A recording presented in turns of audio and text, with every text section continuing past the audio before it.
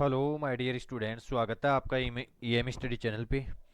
मैं आपका अपना टीचर राजेंद्र चौधरी हमारे इस ऑनलाइन प्लेटफॉर्म पे आप सभी का स्वागत करते हैं। ठीक है, सिंथेसिस वाला टॉपिक स्टार्ट कर दिया था। सिंथेसिस से हमने सिंपल से सिंपल जो सेंटेंसेस बना रहे थे उसमें पार्टिसिपल्स का उपयोग हम देख चुके थे, अच्छी तरीके से कंप्लीट करवाया है। अगर कोई विद्यार्थी यहाँ से इस वीडियो को देख रहा है तो मैं उसी ये कहना चाहूँगा कि पहले पार्टिसिपल्स वाला वीडियो देख के आए, क्योंकि उससे संबंधित ही आगे चीज़ें करवाने वाला हूँ मैं, उससे रिलेटेड ही चीज़ें करवाने वाला हूँ। अच्छे तरीके से समझ में आ जाएगा अगर पहले उस वीडियो को कंप्लीट करते हो आप। ठीक है। तो बिना समय गवाए चलते हैं। मैं आज आपको सिखाऊंगा कि किस तरीके से आप नॉमिनेटिव एब्सोल्यूट से क्वेश्चंस सॉल्व कर सकते हो, सिंथेसिस के क्वेश्चंस बना सकते हो। ठीक है, सिंपल से सिंपल वाक्य बना सकते हो। नॉमिनेटिव एब्सोल्यूट, नॉमिनेटिव का मतलब होता है सब्जेक्ट।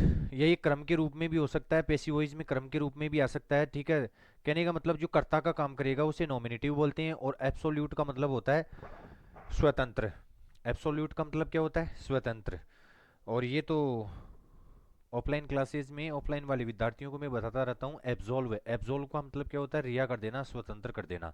ठीक है, तो एब्सोल्यूट का मतलब स्वतंत्र होता है, और नॉमिनेटिव का मतलब सब्जेक्ट होता है, कर्ता से संबंधित होता है, जो पैसिव वॉइस में क्रम के रूप में भी आ सकता है। तो नॉमिनेटिव एब्सोल्यूट से जितने भी क्वेश्चंस बन सकते हैं उतने क्वेश्चंस की प्रैक्टिस करेंगे और बिल्कुल बेसिक से तैयार करेंगे। ठीक है, तो चलते हैं बिना समय गवाए। यहाँ से हम नॉमिनेटिव एब्सोल्यूट आज शुरू करने जा रहे हैं। कौन सा टॉपिक स्टार्ट कर रहे हैं? Nominative absolute. क्या पढ़ रहे हैं हम? सिंथेसिस पढ़ रहे हैं। सिंथेसिस में सिंपल टू सिंपल सेंटेंसेस बनाना देख रहे हैं।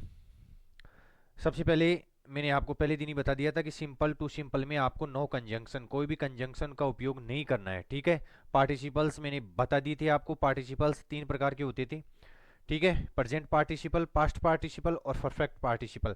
कहाँ पर किसका उपयोग कैसे करते हैं अच्छी तरीके से बताया हुआ है, बहुत गजब तरीके से एक्सप्लेनेशन किया था, और शायद 17 क्वेश्चंस की प्रैक्टिस भी कर ली थी। तो अगर आपने उस वीडियो को नहीं देखा है तो पहले उस वीडियो को देखे, उसके बाद में इसको देखे, क्योंकि नॉमिनेटिव एब्सोल्यूट भी पार्टिसिपल से संबंधित है। नॉमिनेटिव एब्सोल्यूट इसका मतलब सब्जेक्ट को फ्री करना। सबसे पहले तो क्या पढ़ रहे हैं? Nominative absolute. रट्टा मारना है बेटा, रट्टा। और ये रट्टा मारने वाला शब्द हर बार आएगा। रट्टा मारना है, इसका मतलब मारना है। रटंतम विद्या नाही फलंतम। ठीक है, ये सेंटेंस भी सामने निकल के आता है, लेकिन फिर भी रट्टा मारना है। रट्टा तो मारना ही। क्या रट्टा मारना है? देखो, नॉमिनेटिव एब्सोल्यूट में क्या रट्टा मारना है कि तीन चीजें दिमाग में क्लियर होनी चाहिए। जैसे ही नॉमिनेटिव एब्सोल्यूट बोलता है तो या तो बीइंग आएगा, या हैविंग प्लस वर्ब की थर्ड फॉर्म आएगी, या फिर हैविंग बीन प्लस वर्ब की थर्ड फॉर्म आएगी। तीन चार बार बोलूंगा, तीन चार बार में क्लियरिटी हो जानी चाहिए। या तो बीइंग आएगा, या हैविंग प्लस वर्ब की थर्ड फॉर्म आएगी, या हैविंग बीन प्लस वर्ब की थर्ड फॉर्म आएगी। इसको हम परफेक्ट पार्टिसिपल बोल रहे थे। अब नॉमिनेटिव एब्सोल्यूट है, इसका मतलब सब्जेक्ट को क्या करना है? स्वतंत्र करना है हमारे को। इसका मतलब सब्जेक्ट को हटाना ही नहीं है। ठीक है, ये चीज दिमाग में क्लियर रखनी है। ठीक है, बीइंग, हैविंग प्लस वर्ब की third form, having been plus verb की थर्ड फॉर्म। ठीक है बेटा जी, तीन चीजें रट्टा मार के रखनी है। नॉमिनेटिव एब्सोल्यूट जैसे ही एग्जामिनर बोलता है, या नॉमिनेटिव एब्सोल्यूट से आप कोई क्वेश्चन बना रहे हो, तो बिल्कुल दिमाग में क्लियरिटी होनी चाहिए कि बीइंग, हैविंग प्लस वर्ब की third form, having been plus verb की थर्ड फॉर्म। नॉमिनेटिव का मतलब मैंने बता दिया है, कर्ता। ठीक है, क्रम भी हो सकता है, अगर पेशी वॉइस है तो आप यहाँ पे क्रम भी लिख सकते हो। ठीक है, क्रम भी लिख सकते हो, कोई दिक्कत नहीं है। एब्सोल्यूट का मतलब स्वतंत्र, फ्री मैंने बता दिया। स्टेटिव वर्ब्स का ध्यान रखना, अगर स्टेटिव वर्ब्स है तो बीइंग का प्रयोग होगा। इससे पहले इंपॉर्टेंट चीज जो मैं कोने में बना रहा हूं या बना के लेके आया हूं वो जरूर देखना है आपको। ठीक है, ये चीज जरूर देखना है। सब्जेक्ट डिफरेंट हो गए दोनों में। नॉमिनेटिव एब्सोल्यूट से अगर किसी क्वेश्चन को बना रहे हैं हम, इसका मतलब दोनों के सब्जेक्ट अलग अलग होंगे, दोनों वाक्यों के सब्जेक्ट अलग अलग होंगे। रिमेंबर माय डियर, रिमेंबर, इस चीज़ को याद रखना है हमेशा हमेशा के लिए। परमानेंटली इस चीज़ को दिमाग में बिठा लेना है कि नॉमिनेटिव एब्सोल्यूट इसका मतलब डिफरेंट सब्जेक्ट होंगे। कल पार्टिसिपल्स मतलब पीछे वाले वीडियो में, इससे पहले वाले वीडियो में हमने पार्टिसिपल्स देखा था, उसमें सब्जेक्ट दोनों के, दोनों वाक्यों के सब्जेक्ट सेम थे। ठीक है, वो आगे डिपेंड करता था कि प्रेजेंट पार्टिसिपल से कैसे जोड़ रहे थे, पास्ट पार्टिसिपल से कैसे जोड़ रहे थे, या फिर परफेक्ट पार्टिसिपल से कैसे जोड़ रहे थे, लेकिन इसमें एक चीज दिमाग में होनी चाहिए कि सबसे पहले तो नॉमिनेटिव एब्सोल्यूट इसका मतलब बीइंग या फिर हैविंग प्लस वर्ब की थर्ड फॉर्म या हैविंग बीन प्लस वर्ब की थर्ड फॉर्म, ये तीन चीजें याद रखने के बाद में दोनों का सब्जेक्ट क्या होगा, अलग अलग होगा। डिफरेंट सब्जेक्ट्स होंगे, ठीक है, डिफरेंट सब्जेक्ट होंगे। और दूसरी चीज रिलेशन बिटवीन द वर्ब्स, और वो भी कौन सा रिलेशन होगा, रिलेशन होगा कॉज, कॉज वाला, कि कारण, एक चीज कारण बनेगी तभी उसका परिणाम निकलेगा, कारण वाला रिलेशन होगा। तो बेटा जी ये दो चीज हमेशा ध्यान रखनी है, क्या डिफरेंट सब्जेक्ट और दोनों के बीच में कॉज होगा, कारण होगा, दोनों वर्ब्स के रूप में, दोनों वर्ब्स के बीच में कारण होगा। अब ध्यान ये रखना है कि स्टेटिव वर्ब्स कहीं पे भी आ जाती है, आप बीइंग का प्रयोग कर दो। स्टेटिव वर्ब कहीं पे भी आ जाती है, बीइंग का प्रयोग कर दो। और पेशिव वॉइस आपको कहीं भी दिख जाता है, इसका मतलब आपको किसका प्रयोग करना है, हैविंग बीन प्लस वर्ब की थर्ड फॉर्म, और बाकी का अपना बचा हैविंग प्लस वर्ब की थर्ड फॉर्म। इंपॉर्टेंट है, इंपॉर्टेंट है, इसका मतलब देखो स्टार बना रखा है मैंने पहले से ही, इंपॉर्टेंट है इसका मतलब क्या है, इंपॉर्टेंट। बार बार बता रहा हूँ, इंपॉर्टेंट है, इंपॉर्टेंट है, इंपॉर्टेंट है। ठीक है, अभी दबा के प्रैक्टिस करेंगे, क्वेश्चंस की दबा के प्रैक्टिस करेंगे। Practice makes a man perfect, practice ही आदमी को परफेक्ट बनाती है। सबसे पहले तो देखो आज कौन सा टॉपिक स्टार्ट किया है, नॉमिनेटिव एब्सोल्यूट। कौन सा टॉपिक स्टार्ट किया है, नॉमिनेटिव एब्सोल्यूट। बिल्कुल क्लियर है दिमाग में, नॉमिनेटिव एब्सोल्यूट आते ही आपके दिमाग में एक चीज सब जानी चाहिए कि या तो बीइंग से जोड़ेंगे, ठीक है, या फिर हैविंग प्लस वर्ब की थर्ड फॉर्म से जोड़ेंगे, या फिर हैविंग बीन प्लस वर्ब की थर्ड फॉर्म से जोड़ेंगे। ये चीज बिल्कुल क्लियर होनी चाहिए आपके दिमाग में कि इन तीन चीजों से जोड़ेंगे, सब्जेक्ट को नहीं हटाएंगे, दोनों के सब्जेक्ट क्या होंगे, डिफरेंट। कितने स्टार बनाऊं बेटा, आप कहते हो उतने स्टार बना देता हूँ, लेकिन एक स्टार से ही काम चलाना है आपको, एक स्टार से ही काम चलाना पड़ेगा, ठीक है। कि सब्जेक्ट दोनों के क्या होंगे, डिफरेंट होंगे, सब्जेक्ट को हटाएंगे नहीं। सबसे इंपॉर्टेंट यहाँ पे लिख देता हूँ कि सब्जेक्ट्स को हटाएंगे नहीं, सब्जेक्ट को हटाएंगे नहीं, सब्जेक्ट को हटाएंगे नहीं, हटाएंगे नहीं, नहीं हटाएंगे, सब्जेक्ट को रखना है। क्योंकि पार्टिसिपल्स में हम शुरुआती किससे कर रहे थे, पार्टिसिपल से कर रहे थे, इसमें सब्जेक्ट को एज इट इज रखना है, क्योंकि दोनों के सब्जेक्ट अलग अलग होंगे। तो दोनों में सब्जेक्ट को नहीं हटाएंगे, कैसे बनाएंगे वो तो अभी मैं सिखाऊंगा। लेकिन नॉमिनेटिव एब्सोल्यूट दिमाग में आते ही डिफरेंट सब्जेक्ट आया, और कॉज वाला रिलेशन होगा बीइंग हैविंग प्लस वर्ब की third form, having been plus verb की थर्ड फॉर्म, ये तीन चीजें दिमाग में रखनी है। नॉमिनेटिव, नॉमिनेटिव का मतलब कर्ता होता है जिसको हम सब्जेक्ट बोलते हैं, ये क्रम के रूप में भी हो सकता है अगर पेशिव वॉइस में है तो। एब्सोल्यूट का मतलब स्वतंत्र होता है, फ्री होता है, इसका मतलब हमारे को कैसे भी करके सब्जेक्ट को फ्री करना है। अब ये कैसे होता है, क्या होता है, इतनी गहराई से नहीं जाना है आपको, तो केवल क्वेश्चन से मतलब होना चाहिए, क्वेश्चंस उड़ाएंगे, बस क्वेश्चंस उड़ाएंगे, ठीक है। स्टेटिव वर्ब्स का ध्यान रखना है, स्टेटिव वर्ब्स जैसे आती है, स्टेटिव वर्ब्स क्या होती है, जो हमारी स्थिति को दिखाती है, ठीक है। उसमें कोई एक्शन नहीं होता है, एक्शन वर्ब नहीं होती है, स्टेटिव वर्ब केवल स्टेट को दिखाती है, हमारी स्थिति को दिखाती है। तो स्टेटिव वर्ब्स में तो हम बीइंग का प्रयोग करेंगे, और पैसिव वॉइस में हम हैविंग बीन प्लस वर्ब का थर्ड थर्ड फॉर्म लगाएंगे, ठीक है। तो ये तो रहा हमारा कौन सा, कि पैसिव वॉइस के साथ में हम हैविंग बीन प्लस वर्ब की थर्ड फॉर्म लगाएंगे, और स्टेटिव वर्ब्स के साथ में हम बीइंग को लगाएंगे, बाकी के साथ में हैविंग प्लस वर्ब की थर्ड फॉर्म को लगाएंगे। 1 मिनट का वक्त दे रहा हूँ आपको, इसका स्क्रीनशॉट लेंगे आप, प्रॉपर पॉज करके नोट्स बनाएंगे, एज इट इज नोट्स बनाने हैं, क्योंकि क्वेश्चंस इतने ज़्यादा सोल्व करेंगे अभी।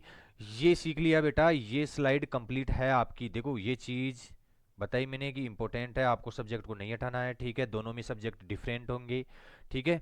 नॉमिनेटिव का मतलब कर्ता हो गया, एब्सोल्यूट का मतलब स्वतंत्र हो गया, स्टेटिव वर्ब आती है तो बीइंग का प्रयोग करेंगे, पेसिव वॉइस में हम हैविंग बीन प्लस वर्ब की थर्ड फॉर्म का प्रयोग करेंगे। आप स्क्रीनशॉट ले सकते हो या पॉज करके लिख सकते हो,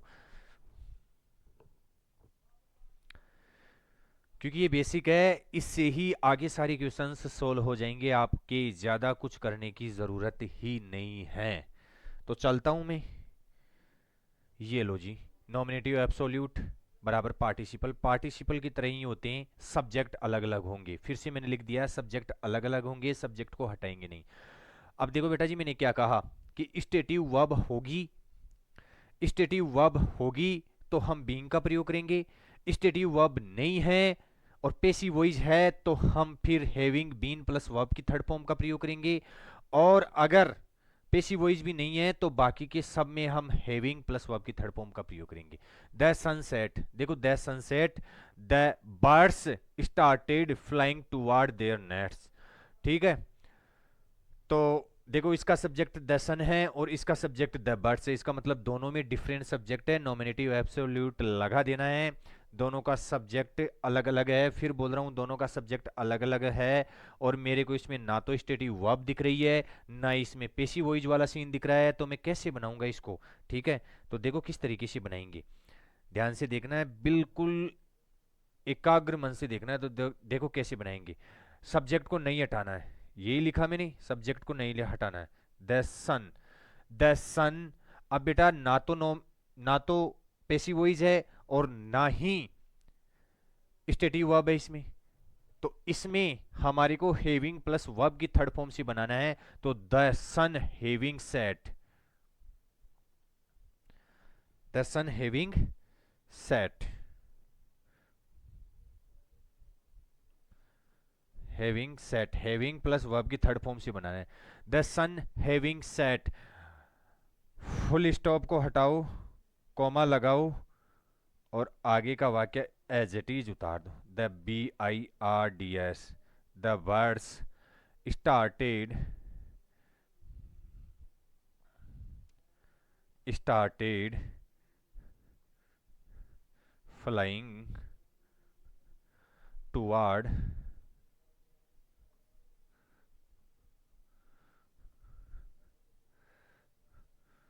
देयर नेस्ट। कुछ भी तो नहीं है माय डियर, कुछ भी तो नहीं है, केवल सॉल्व करना है, देखना यही है हमारे को। स्टेटिव वर्ब है तो बीइंग का प्रयोग करेंगे, स्टेटिव वर्ब नहीं हो कि पेसिव वॉइस है तो हैविंग बीन प्लस वर्ब की थर्ड फॉर्म का प्रयोग करेंगे।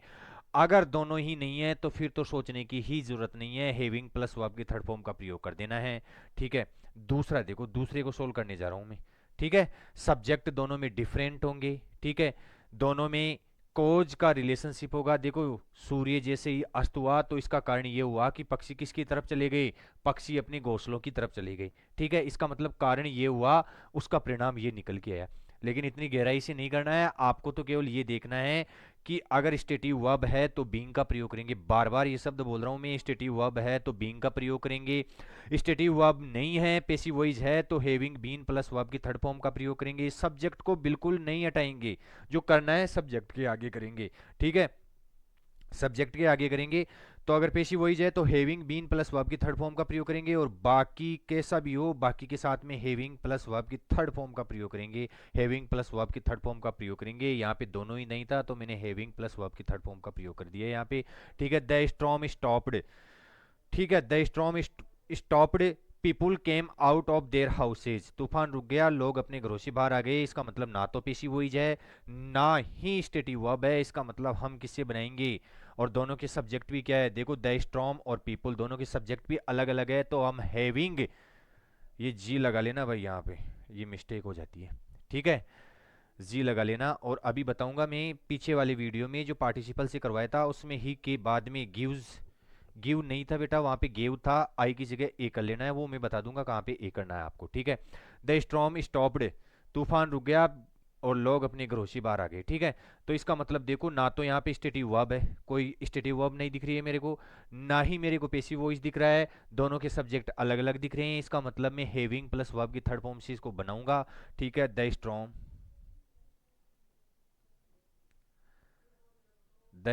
हैविंग,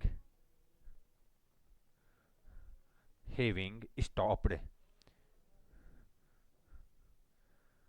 स्टॉप्ड है, इसको हटाओ कोमा लगाओ।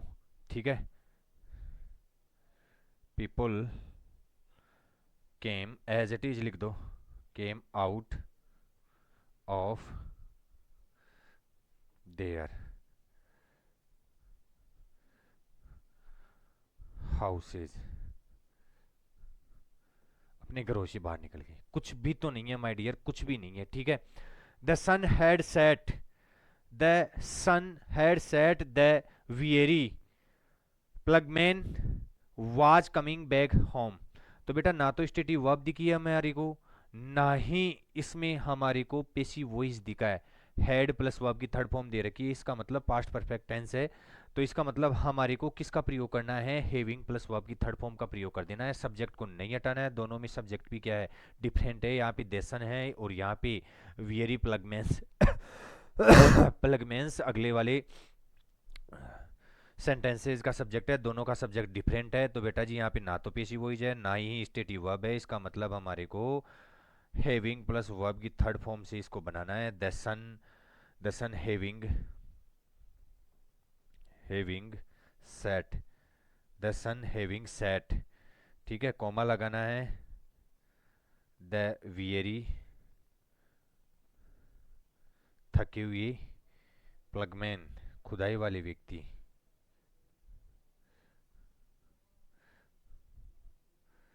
प्लगमैन वाज कमिंग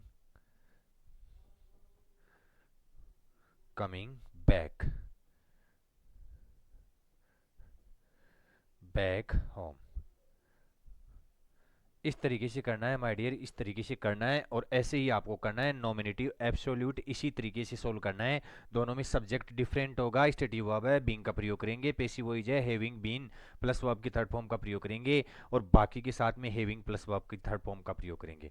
चौथा देखो, चौथा क्वेश्चन, ठीक है।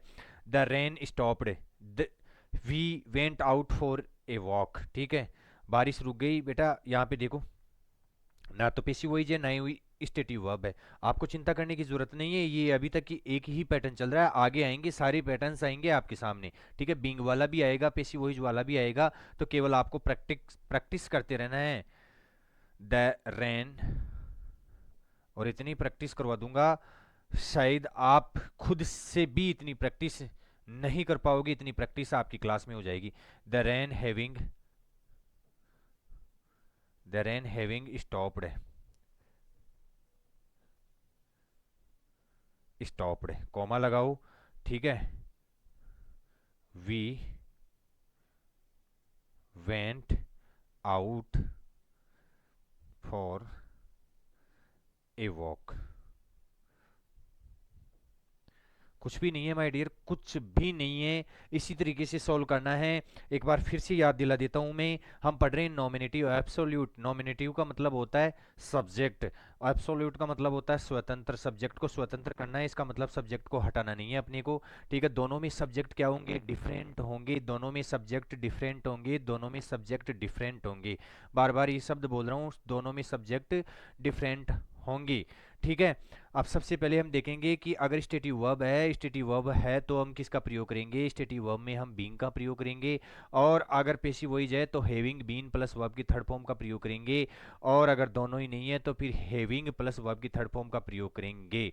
कोई दिक्कत? और नॉमिनेटिव एब्सोल्यूट आते ही दिमाग में तीन चीज, जैसे पार्टिसिपल्स में आपके दिमाग में तीन चीज आ रही थी, वैसे नॉमिनेटिव एब्सोल्यूट को आते ही तीन चीज छप जानी चाहिए कि being plus having plus verb की थर्ड फॉर्म, बीइंग या फिर हैविंग प्लस वर्ब की थर्ड फॉर्म, या फिर हैविंग बीन प्लस वर्ब की थर्ड फॉर्म। और तीनों का कहाँ पे प्रयोग होता है, बार बार ये चीज बता रहा हूँ, ठीक है। तो छापिए इसको, इसके बाद में अगले उदाहरण पे चलते हैं, अगले एग्जाम्पल्स पे चलते हैं,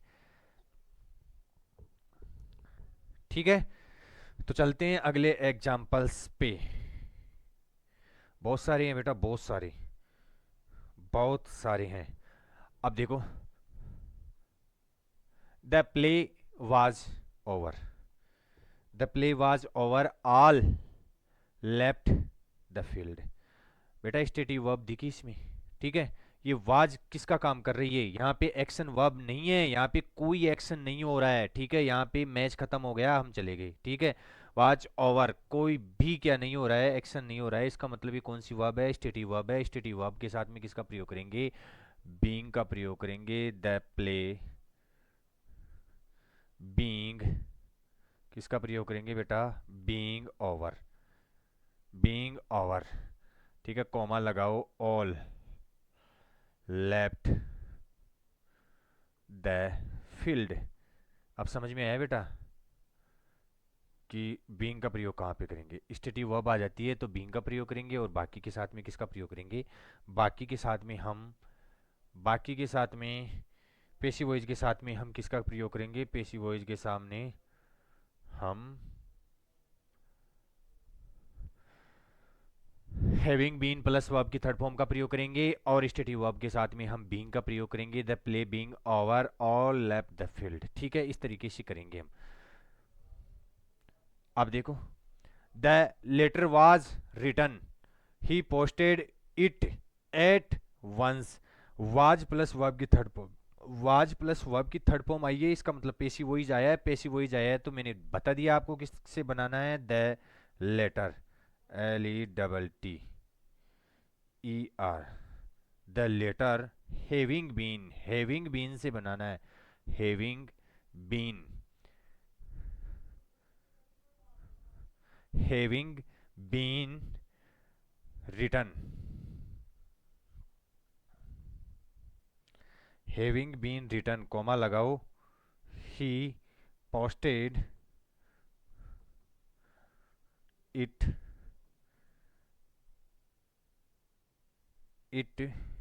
एट वंस है यहाँ पे,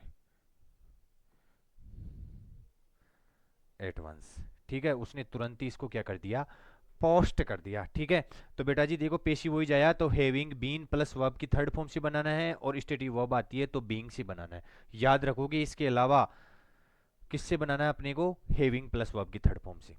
अब आगे देखो, सातवां देखो, the sun set, the star appeared in the sky.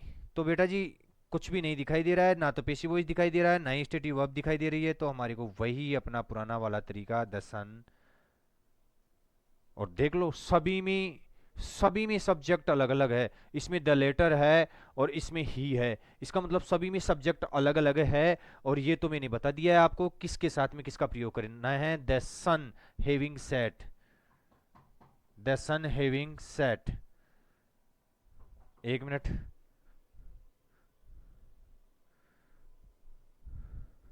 ठीक है।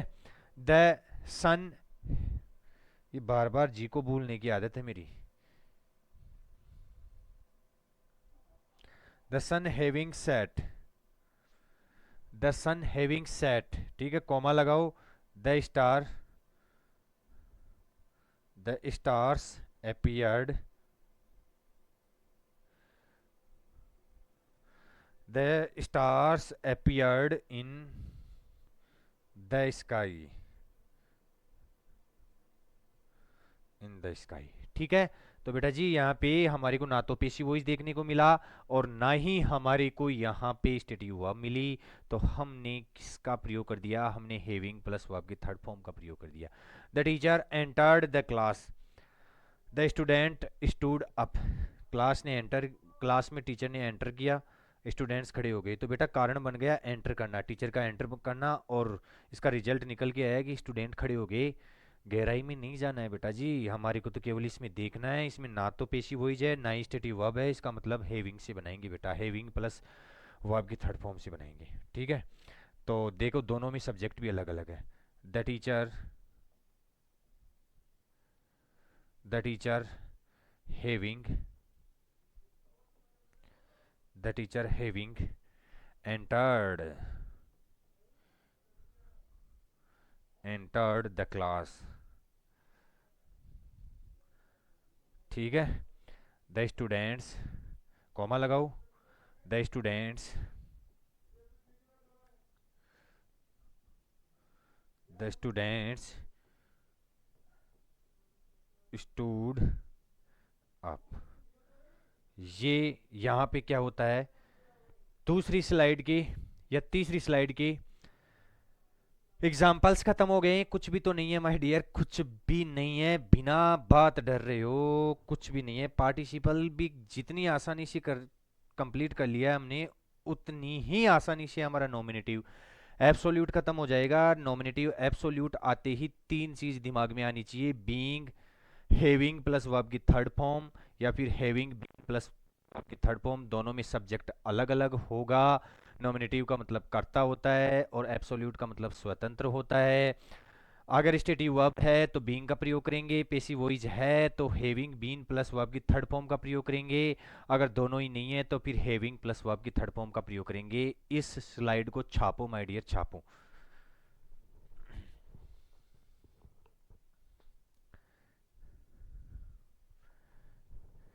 ठीक है, चलते हैं आगे।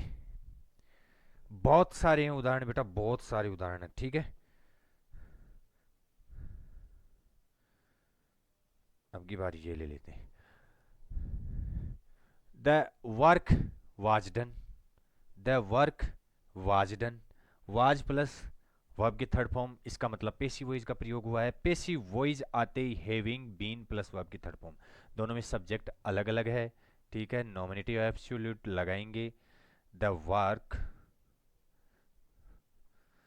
The work having,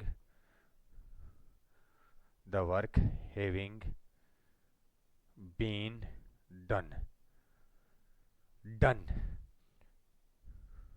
we went home. कुछ भी नहीं है, कुछ भी नहीं है बेटा, पेसिव वॉइस आया तो इस तरीके से बनाना है। ठीक है, चलते हैं अगले वाले पे। अगले वाले की बाल की खाल निकालते हैं। Police arrived the mob dispersed. Mob में आपको बता चुका हूं, मॉब उग्र भीड़ को बोला जाता है और क्राउड केवल नॉर्मल भीड़ को बोला जाता है। ठीक है, पुलिस अराइव्ड ना तो स्टेटिव वर्ब है ना ही पेसिव वॉइस है, इसका मतलब वही पुराना वाला तरीका, the police, the police having, having arrived, having arrived, comma लगाओ, द मॉब, दोनों में सब्जेक्ट अलग अलग है। द मॉब डिस्प्रेस्ड, बिखर गई,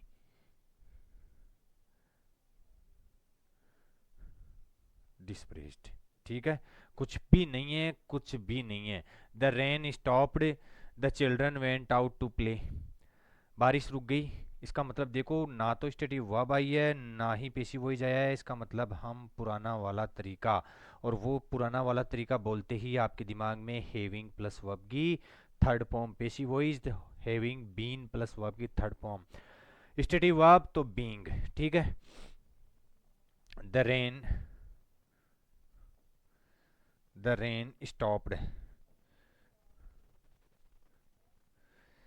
the rain stopped, oh sorry simple थोड़ी बना रहे, the rain having,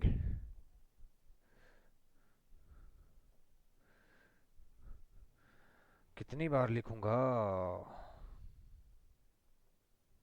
having, the rain having stopped, the rain having stopped, comma लगाओ बेटा, the children, the children went out to play, कुछ भी नहीं है। ठीक है, इसका मतलब ना ही हमारे को पेशिव वॉइस देखने को मिला ना ही स्टेटिव वर्ब मिली, इसका मतलब हमारे को हैविंग प्लस वर्ब की थर्ड फॉर्म लगानी थी। तो बार बार ये एक स्लाइड करवाने के बाद में हर बार याद दिलाना पड़ रहा है और दिलाते रहेंगे। नॉमिनेटिव एब्सोल्यूट आते ही बीइंग, सबसे पहले बीइंग याद आना चाहिए, उसके बाद में हैविंग प्लस वर्ब की थर्ड फॉर्म याद आनी चाहिए, उसके बाद में हैविंग बीन प्लस वर्ब की थर्ड फॉर्म याद आनी चाहिए। और एक चीज़ तो ज़रूर दिमाग में होनी चाहिए कि सब्जेक्ट दोनों की क्या होंगे, अलग अलग होंगे। ठीक है, चलो इतना होने के बाद में फिर देखते हैं कि स्टेटिव वर्ब है तो हमारे को बीइंग से बनाना है, और पेसिव वॉइस है तो हैविंग बीन प्लस वर्ब की थर्ड फॉर्म से बनाना है। बाकी के साथ में हमारे को हैविंग प्लस वर्ब की थर्ड फॉर्म लगानी है। उतारो इसको।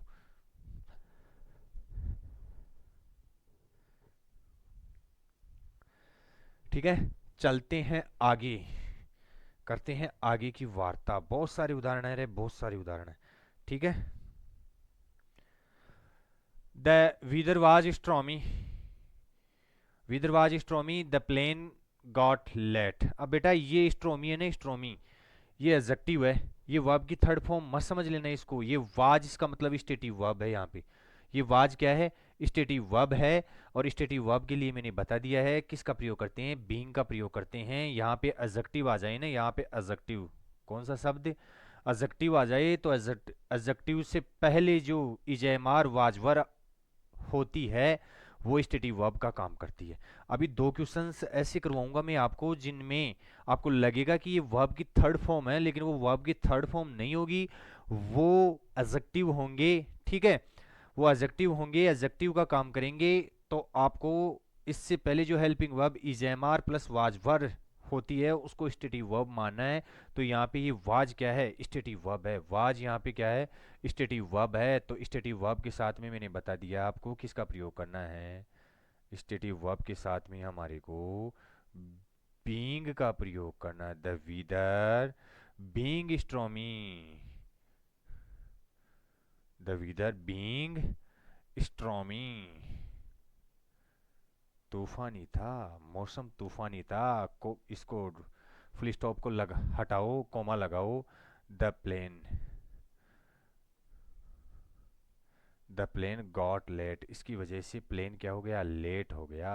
तो कारण वो बन गया, उसका रिजल्ट ये आ गया। ठीक है, कोई दिक्कत, कोई समस्या, स्टेटिव वर्ब इसका मतलब बीइंग का प्रयोग करेंगे। The army arrived, the relief, the relief work took speed, इसका मतलब बेटा देखो जी, ना तो पैसिव वॉइस है ना ही स्टेटिव वर्ब दिख रही है, तो अपनी लय से चलते रहेंगे, अपने तरीके से सोल्व करते रहेंगे। द आर्मी,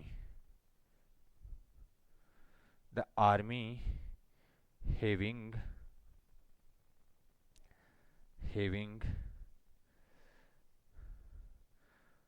अराइव्ड, कॉमा लगाओ, द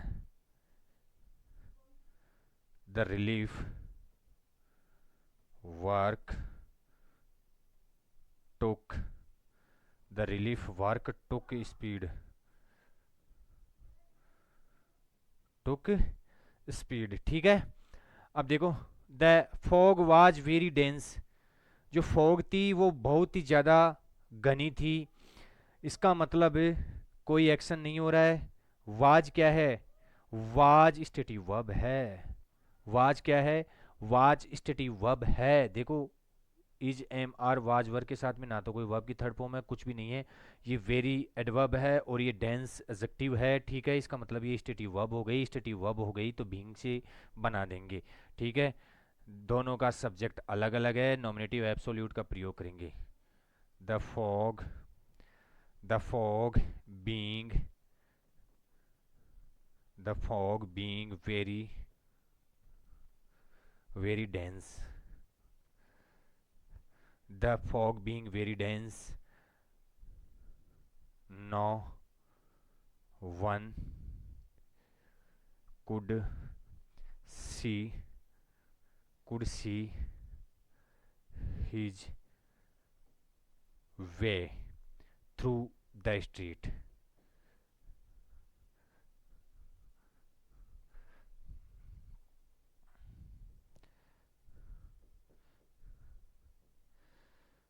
ठीक है, तो बेटा जी इस स्लाइड को भी हमने क्या कर लिया है, ख़त्म कर लिया है। एक बार फिर से, नॉमिनेटिव एब्सोल्यूट इसका मतलब कर्ता, स्वतंत्र, दोनों सब्जेक्ट अलग अलग, स्टेटिव वर्ब तो बीइंग, पैसिव वॉइस तो हैविंग इन प्लस वर्ब की थर्ड फॉर्म, बाकी के साथ में हैविंग प्लस वर्ब की थर्ड फॉर्म। ठीक है, उतारो इसको, चलते हैं फिर आगे।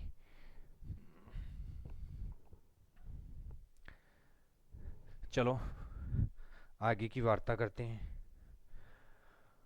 बहुत सारे हैं बेटा। The bell rang, the school closed, कुछ भी तो नहीं है माय डियर, अब तो आप बिना कहे ही कर दोगे।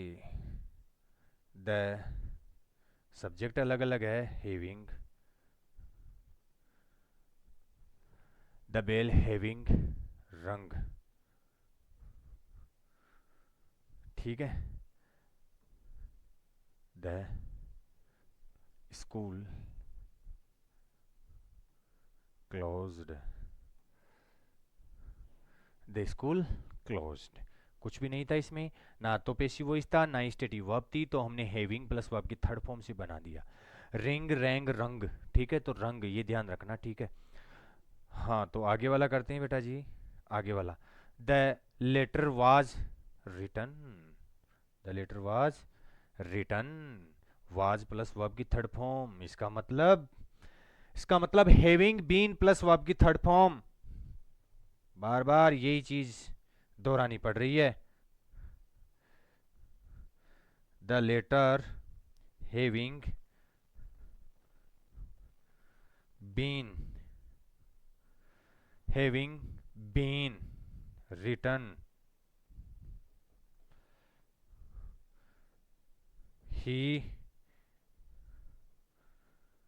Posted it at once. पहले कर चुकी है क्या इसको?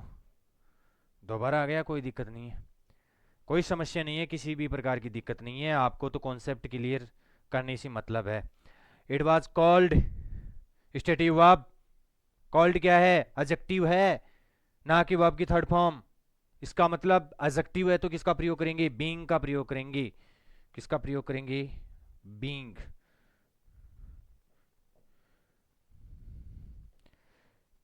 ओ, it being cold, no one went out. Full stop को हटा के कॉमा लगाओ, आगे देखो फुल स्टॉप के बाद में पहला अक्षर बड़ा होता है, लेकिन हमारे को छोटा लिखना है क्योंकि कॉमा लगा रहे हैं यहाँ पे। ये तो कॉमन सेंस होना चाहिए। अब ये बातें भी आपको अब बताऊंगा मैं जाके, नहीं बता सकता। तो बेटा जी यहाँ पे स्टेटिव वर्ब थी, इसकी वजह से हमने किसका प्रयोग कर दिया? बीइंग का प्रयोग कर दिया। नॉमिनेटिव एब्सोल्यूट टॉपिक चल रहा है। तीन चीजें दिमाग में, बीइंग, हैविंग प्लस वर्ब की third form, having been plus verb की थर्ड फॉर्म। अगर स्टेटिव वर्ब है तो बीइंग का प्रयोग कर देंगे, पेसिव वॉइस है तो हैविंग बीन प्लस वर्ब की थर्ड फॉर्म का प्रयोग कर देंगे, बाकी के साथ में हैविंग प्लस वर्ब की थर्ड फॉर्म का प्रयोग कर देंगे। दोनों में सब्जेक्ट अलग अलग देखने को मिलेगा। नॉमिनेटिव का मतलब कर्ता, एब्सोल्यूट का मतलब स्वतंत्र। कॉजेटिव रिलेशन होगा वर्ब्स के बीच में, एक कारण बनेगी, दूसरा उसका परिणाम बनेगा। ठीक है, उतारो, छाप लो बेटा, उतारो। इतना ही समय देंगे, इससे ज़्यादा नहीं देंगे। 18, 19, 20 और हो सकता है आगे भी देखने को मिल जाए। My pocket was picked, my pocket was picked, I had no money for bus fare. मेरा पॉकेट वाज पिक्ड, निकाल लिया गया था, मेरे पास बिल्कुल भी बस का किराया नहीं था। इसका मतलब वाज प्लस वर्ब की third form passive voice my dear, passive voice. क्या आया है? Passive voice. My pocket having been, किसका प्रयोग करेंगे? Having been picked.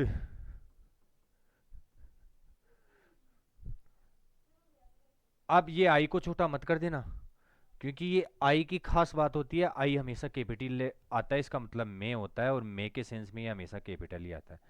I had no money for bus fare, बर्बाद हो गया, कुछ भी नहीं है। फॉर बस फेयर, बस के लिए किराया भी नहीं बचा। ठीक है। The leader was slain. अब ऐसे क्वेश्चंस में ध्यान रखना है, ये वर्ब की थर्ड फॉर्म नहीं है, ये स्टेट बता रही है उसकी कि लीडर कैसा था। लीडर स्लेन था, स्लेन। ठीक है, अब ये स्लेन की हिंदी आप बताओगे मेरे को, स्लेन की हिंदी होती क्या है? हर चीज़ यहाँ पे हलवा नहीं है जो मिल जाएगी। ठीक है, इसका मतलब ये वाज क्या हो गया? वाज स्टेटिव वर्ब हो गई, और स्टेटिव वर्ब हो गई तो इसका मतलब बीइंग का प्रयोग करना है। The leader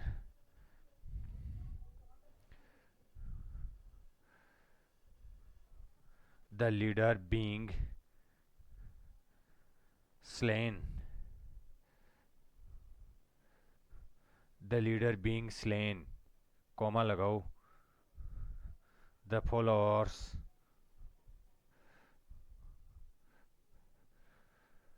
followers ran away in fear,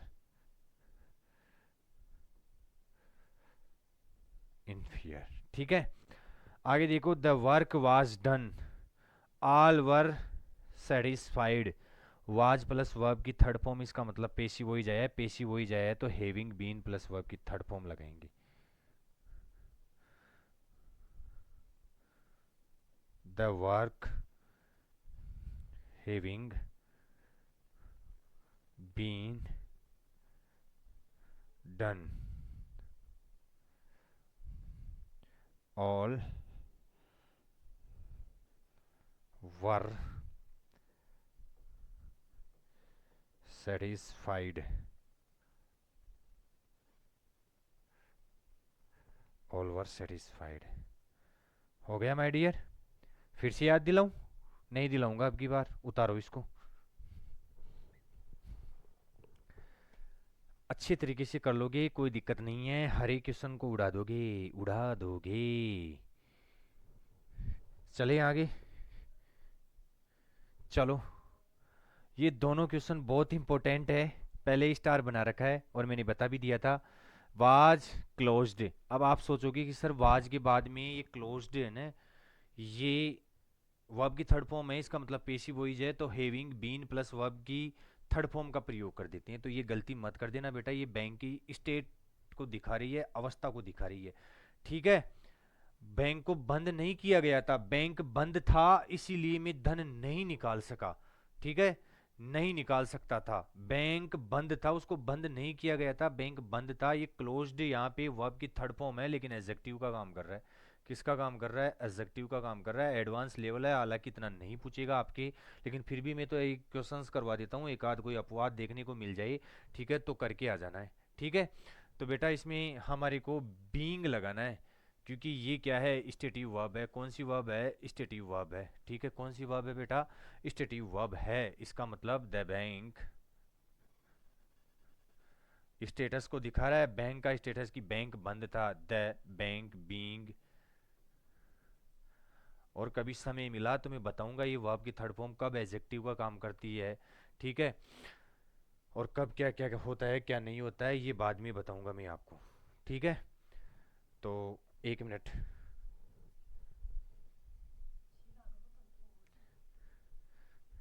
ठीक है। तो द बैंक बीइंग क्लोज्ड, ठीक है, इंपॉर्टेंट बनाना है, इसका मतलब बनाना ही है, और इतना एडवांस लेवल तक नहीं जाएगा एग्जामिनर, क्या पता फिर भी चला जाए ट्वेल्थ क्लास में, तो फिर उसी के हिसाब से काम करना है अपने को। The bank being closed, I could not with draw any money, ठीक है। तो इंपॉर्टेंट था। लास्ट, आज का आखिरी सेंटेंस आपके सामने प्रस्तुत हो रहा है। The student were satisfied, satisfied कर दिए गए थे, संतुष्ट कर दिए गए थे। नहीं, ऐसा कुछ भी नहीं है। राजेंद्र जी सर बिकेम हैप्पी, राजेंद्र जी सर क्या हो गए? खुश हो गए, तो इसका मतलब सेटिस्फाइड हो गए, किया नहीं है, सेटिस्फाइड हो गए हैं, ठीक है। तो बेटा ये वर और से ये वर्ब की थर्ड फॉर्म समझने की गलती आपको नहीं करनी है। ये सेटिस्फाइड यहाँ पे एडजेक्टिव का काम कर रहा है, इनकी स्टेट दिखा रहा है कि स्टूडेंट सेटिस्फाइड थे, संतुष्ट थे। तो स्टूडेंट्स की क्या दिखा रहा है? ये स्टूडेंट की विशेषता दिखा रहा है, इसका मतलब ये क्या है? ये एडजेक्टिव है। क्या है? एडजेक्टिव है। और जब ये एडजेक्टिव होता है तो इसका मतलब ये स्टेटिव वर्ब होता है। कौन सी वर्ब होती है? स्टेटिव वर्ब होती है। स्टेटिव वर्ब के साथ मैंने बता दिया है कैसे क्या करना है। The student being, the student being satisfied, the student being satisfied, comma लगाओ। अब ये नाम है, इसको स्मॉल लेटर मत बना देना, मेरा नाम है बेटा ये, और किसी का नाम हमेशा कैपिटल लेटर में ही लिखा जाता है। राजेंद्र जी सर बिकेम हैप्पी, तो उतारो, उसके बाद में करते हैं वार्ता। Became happy. चलो, कितने क्वेश्चंस की प्रैक्टिस कर लिए? 22 क्वेश्चंस तो बहुत होते हैं, एक बार में आपको रिवीजन करवा देता हूँ। 22 क्वेश्चन बहुत होते हैं बेटा, ठीक है। टॉपिक कौन सा चल रहा है अपना? Nominative absolute. नॉमिनेटिव एब्सोल्यूट आते ही दिमाग में एक ही चीज छप जानी चाहिए, डिफरेंट सब्जेक्ट। सब्जेक्ट अलग अलग होगा, और 3 चीज याद रखनी है, बीइंग, हैविंग प्लस वर्ब की third form, having been plus verb की थर्ड फॉर्म। नॉमिनेटिव का मतलब कर्ता होता है, एब्सोल्यूट का मतलब स्वतंत्र होता है। सब्जेक्ट को हटाएंगे नहीं। उसमें क्या कर रही थी, देखो पार्टिसिपल में क्या कर रही थी, पार्टिसिपल शुरुआत में प्रयोग कर रही थी, ठीक है। सब्जेक्ट को हटा रहे थे, और सब्जेक्ट सेम था इसीलिए हटा रही थी, ठीक है। लेकिन इसमें सब्जेक्ट को नहीं हटाएंगे, इसमें सब्जेक्ट को एज इट इज रखेंगे।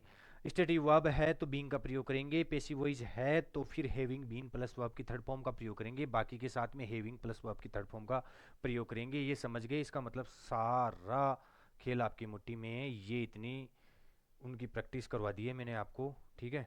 इतने क्वेश्चंस की प्रैक्टिस करवा दी है मैंने आपको। इसके बाद में इन्फिनेटिव चलेगा अपना, ठीक है।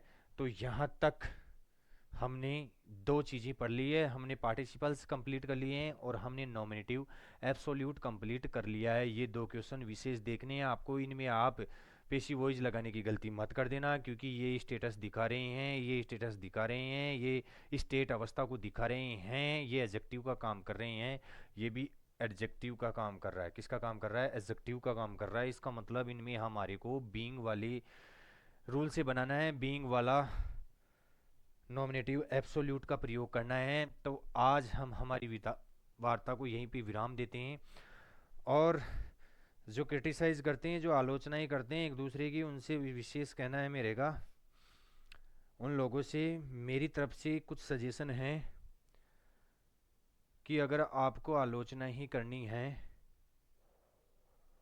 तो आपके लिए और कोई उपाय नहीं है। आपकी आदत है, आप कुत्ते थे, आप कुत्ते ही रहोगे। देखो, मैं सबको ये चीज़ नहीं बोल रहा हूँ, मैं जो गलत शब्द बोलते हैं, गलत कमेंट करते हैं, उनके लिए बोल रहा हूँ। तो सुधर जाओ बेटा, कुछ नहीं है लेने देना, और कोऑपरेट करके चलो।